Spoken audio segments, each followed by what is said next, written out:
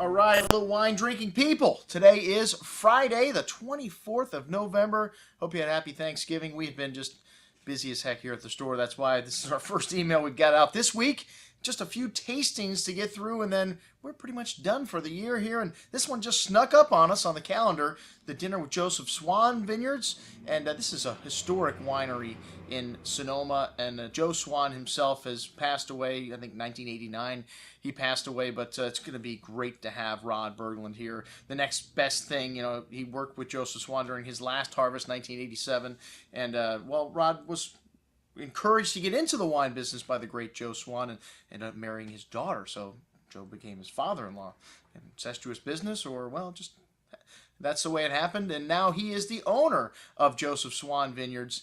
And this is one of the, like I said, landmark properties in Russian River. Joe Swan was good friends with Andrei Chelichev, and it was at his urging that he planted Chardonnay and Pinot Noir in this 13-acre vineyard, which he purchased, and a home, 100-year-old home, back in the late 60s. And thus became a fan of Chardonnay and Pinot Noir, in addition to the Zinfandel. And they've got some fantastic old world style wines. And you know me and Zinfandel, folks. If you've been watching the show for any length of time, Zinfandel is not my bag, baby. But this is one that we do have on the shelf, and one that's actually very good. It's not 17% alcohol, 14. It's not incredibly low, but for a Zinfandel from California, very balanced wine. One of the things that I don't like about a lot of Zins, they're a little bit hot, a little bit out of balance. They don't have the structure. Zinfandel doesn't have the tannins that, say, Cabernet does, or the elegance of Pinot Noir. But this Zinfandel has both of those. Has lovely elegance and nice freshness, which is one of the things I love about drinking wine. It just begs for you to have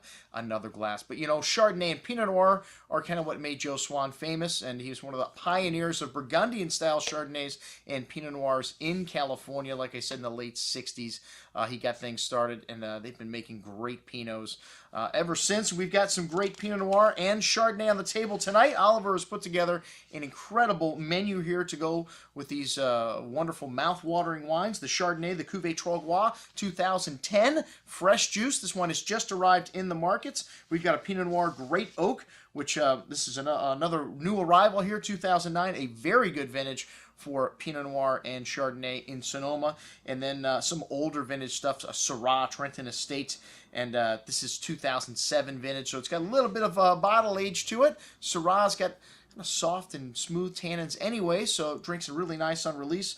This one more reminiscent of something you'd find in the Rhone Valley in France. Nice spice to this wine, but again, lovely freshness. A little Viognier added into this wine, a la what they do in Côte Rôtie in the Northern Rhone. They say that that white wine helps to fix the color of the red, actually make it darker, because the white wine has got higher acid in it. Okay, an interesting note there. And then, of course, we're going to be trying the Zinfandel. Check it out. A little bit of information here about the great Joe Swan as well. I'm your host, Andrew Lampasoni from the Wine Watch, signing off, saying, remember, always drink the good stuff first.